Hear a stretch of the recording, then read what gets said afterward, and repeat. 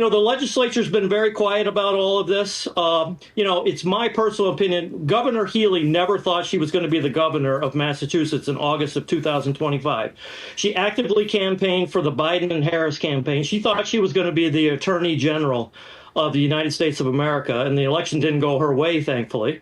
And she never thought that she was going to have to deal with this, and she's just looking for an exit ramp to get out of this. But somebody needs to be held accountable, and somebody needs to go to jail. And we're back, y'all. Thank you for watching today. Go ahead and hit that like button, my people. You know that it helps us out a ton. And of course, it helps you because it helps us keep bringing you these stories every day, y'all. Just a little flick of the finger, and it helps us out tremendously. Now, y'all, what we're going to talk about is a follow-up on Governor Maura Healey of the state of Massachusetts. See, Massachusetts received a tremendous number of migrants. We can call it an influx over the past several years. And this caught the governor supposedly off guard. But what we're going to see in today's video is that no, Governor Maura Healey actually had warnings. She had pre-knowledge from her officials that these migrants were coming. And frankly, this was all a plan from the Biden administration. And there are people who are even saying Maura Healey was complicit. So let's go ahead and hop right into it. But before we do, y'all, make sure you take care of your money. I'm not going to make this a long one, y'all. Go to Paralegold, PARALEGOLD.com or call 844-651-8334, 844-651-8334.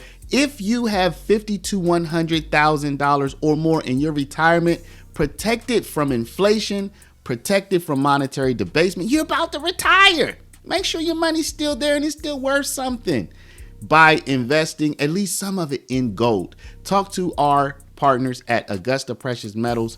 Go click the link now, get the free information, and protect your precious retirement. Another billion-dollar boondoggle in the blue state of Massachusetts, which is now scrapping its migrant shelter program. Governor Maura Healey announcing the closure of all remaining hotel shelters in that state. Yeah, it's going to contradict law, but we'll get into that. Massachusetts has already spent more than $800 million on housing more than 4,000 migrant families just this fiscal year. And that number is expected to balloon to as much as $1 billion cumulatively by the end of the year. Now, there were some warnings over the price tag. The governor ignored them, and now the taxpayer is bearing the brunt of it. So now that the Trump administration is in, we have a lot of changes that are taking place. For example, this report from WBUR says, as legal status is set to end for many Haitians, Massachusetts healthcare sector braces for staffing shortages. So here it talks about the Jacques family. And it says the Jacques family is in the United States under U.S. temporary protected status. It's a long-standing humanitarian program that allows people who face unsafe circumstances in their home countries to live and work here in the United States. As of March 2024, Massachusetts was home to 28,000 TPS residents, the majority from Haiti. So they're working here in the United States. It says state officials say healthcare facilities, which already struggle to hire enough workers, could be seriously disrupted by the termination of TPS and other humanitarian programs, which have allowed thousands of immigrants to enter the workforce. The change could especially hit the long-term healthcare sector because of a high reliance of entry-level staff. Okay? The Massachusetts Senior Care Association, which represents nearly 400 nursing and rehab facilities, estimates that 2,000 caregivers will be affected. So y'all, in a previous video, I pointed out how so many people who are in favor of the undocumented. Now, people on TPS, they are documented, okay? So we cannot include them with the undocumented. But as a big idea, as a concept, so many of the people, particularly Democrats, they refer to them as people who are in the country, who pay taxes, who can't get any benefits from the taxes, people who serve us. They refer to them as like a servant class. And you can see that here. High reliance on entry-level staff. For more, let's bring in a former Massachusetts migrant shelter director, John Featherston. It's great to have you with us, and I want to get your reaction to this. Taxpayer dollars going to food, shelter, education, health benefits, and everybody said that was the right thing to do. The problem is that it bankrupts cities and states. Absolutely. Jackie and David, thanks for having me on this evening.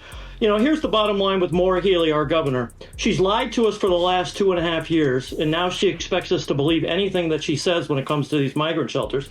She has systematically failed the taxpayers in Massachusetts, but even more importantly, from a humanitarian standpoint, she's failed the migrants. She has set the migrants up for failure. So now I can sit there and say that she has wasted billions of dollars and set these poor people up for failure. Maura Healey, she may try to act like, hey, I didn't know all these migrants were going to be coming to my state. But here the Boston Herald reports Governor Maura Healey received written warning about a surge of migrants in transition document. Here it says, Governor Charlie Baker's administration offered a written warning to Maura Healey about a surge of migrants and dwindling state shelter capacity in November 2022, or months before she took office. According to a transition document, so this will be a document that one administration provides to the incoming administration. According to a transition document approved by Republican gubernatorial candidate Mike Connally when he was Secretary of Housing and Economic Development. The heads up largely focused on the need to expand shelter capacity and provide more funding to the emergency assistance program. It also painted a bleak picture of a struggle to build enough housing, as the cost of living was putting Massachusetts at significant disadvantage. Now, y'all, people are complaining because in our last video, we said that the migrants are getting up to $30,000 a piece. Some people are saying even up to $50,000 a piece. Now that the migrants are there, unless they self-deport, they're not leaving. And you do have a state law, a shelter law in place. Mm-hmm. Well, David, the problem is now that she's closed what we call her Healey hotels, and now she's placing people into residential apartments throughout the Commonwealth. My words, bribing landlords to house people that you normally wouldn't house, and spending up to $50,000 through a program called Home Base. So now she is spreading the problem across the entire Commonwealth rather than just, the 100 or so hotels that people were in. So y'all, listen, I've said it many times, I am all for migration. I'm all for legal migration. My wife is a legal migrant, and my beautiful children, some of them were born, now I have multiple kids. Some of them were born in another country. We're all United States Americans though. I'm born and raised United States American. But my point is I'm all for migration, but I just think we should have laws, and we should insist that people do it the right way. So I want y'all to let me know what you think. It seems like this was a big plan.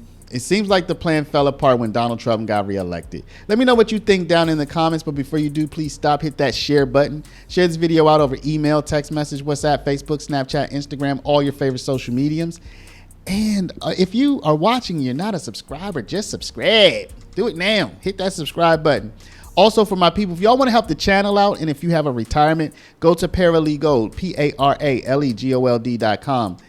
Get the information about protecting your retirement with gold, the oldest, strongest, hardest, longest lasting money mankind has ever known.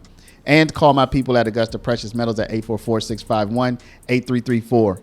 Thank y'all for watching. Love y'all, and we'll see you back in the next one. So now you're going to have impacts on your local school systems. You're going to have impacts with your local police and fire departments. You're going to have systematic problems with landlords not getting what they were promised. Okay. You sign a lease with somebody for 4 people, and it turns out there's 9 people living in these shelters. The governor has really put Massachusetts in a bind with this. She hasn't thought this out. She's trying to do it with all smoke and mirrors. And she's really, the failure is the only option she has here in Massachusetts. Just admit that she failed. Let's bring in the government. I've asked for the Department of Justice to come in and do a thorough investigation on the audit of the money trail on this. Mm-hmm. We need federal help here in Massachusetts. We really do. Well, I was going to ask about that, what consequences there are, if any, and if there are any federal funds involved where you could tie it to a larger probe. Oh, absolutely. You know, as a shelter director, I know a lot of federal funds were going towards this, and I can certainly point to the Department of Justice to where some of the fraud is.